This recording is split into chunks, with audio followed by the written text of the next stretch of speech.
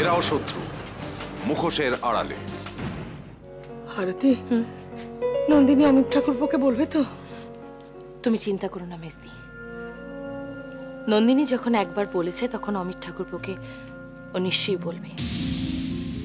তবে হ্যাঁ, সবটা জানার পর অমিত ঠাকুরপো কতদূর কি করবে সেটা আমি জানি না। আমি সত্যি জানি না মেজদি। আরতি,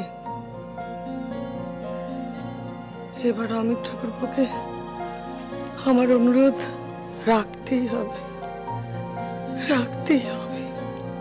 তোমাকে একটা রিকোয়েস্ট করার ছিল। রিকোয়েস্ট করো।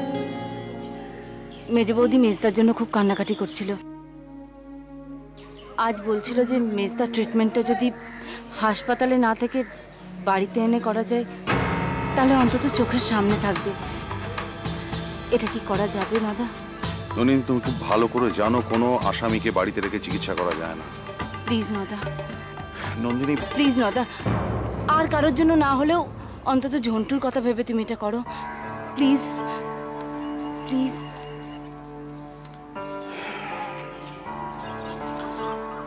ঠিক আছে, আমি চেষ্টা করব। আমি জানি সিএম সাহেব মানবেন না, তবু ঝন্টুর জন্য আমি চেষ্টা করব।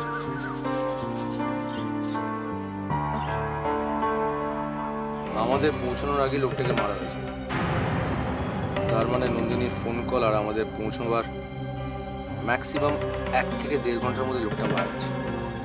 স্যার, লোকটা তো ওই সময়ের মধ্যে পালিয়ে যেতেই পারত, কিন্তু কেন অপেক্ষা করল? আর কেনই বা ওকে মারা হলো? ওকে মেরেছে ওর দলের লোকেরাই। এবার অনেক লাশ পড়বে। এই কি আসল রাজা, ওরা পুলিশ মারতো পিছপা হবে না। তোমার মেজদা সুমিত মুখার্জি তো ধরা পড়েছে,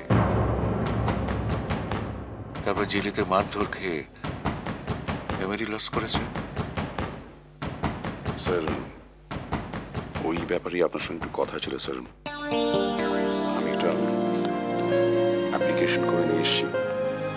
আমার মেজদার ট্রিটমেন্ট যদি বাড়িতে রেখে করা যায় স্যার, প্লিজ। সরি অমিত, এটা তো জুডিশিয়াল ম্যাটার, আমি অনুমতি দিতে পারি না। I know sir. তবে তুমি আমার কাছে একটা আবেদন করলে আমি চেষ্টা করতে পারি, কিন্তু তোমায় কোনো কনফার্মেশন দিতে পারছি না। তাহলেই হবে স্যার, আপনি চেষ্টা করে দেখুন, দেখুন যদি হয়ে যায়।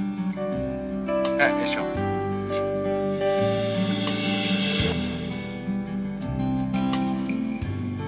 বাহ, এ তো দেখছি এখন মিটিং জমে গেছে।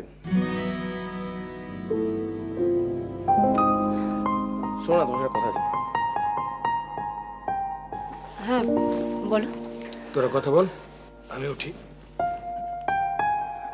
আরে না বড়দা, তুমি বসো, তোমাকে বেরোতে হবে না। ব্যাপারটা হচ্ছে যে ওই যে 4 কয়েদি যে মেজদাকে মেরেছিল, তাই তো জামিন হয়ে গেছিল। তাদেরকে আমরা খুঁজছিলাম, ইনফ্যাক্ট তাদের একজনের ঠিকানাও পাই আমরা। কিন্তু কিন্তু কিন্তু কি অরিজিৎ, তুমি ওকে ধরতে পারলে না? আমি কেন, পৃথিবীর কেউই ধরতে পারবে না। লোকটা খুন হয়ে গেছে, তার মানে খুনি আমাদেরকে ওয়াচ করছে। আমাদের প্রত্যেক কটা step follow. Arijit, be very careful. এই সমস্ত লোকগুলো কিন্তু সাংঘাতিক। জানি বর্ধন। এনিওয়ে, চলি, রাত্রে ফিরবো না।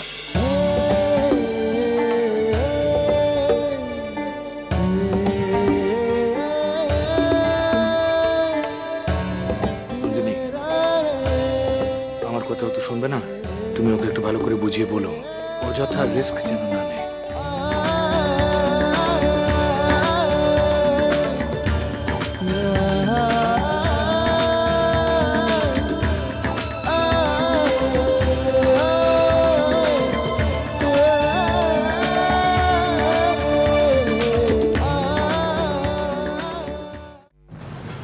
এরাও শত্রু, মুখোশের আড়ালে।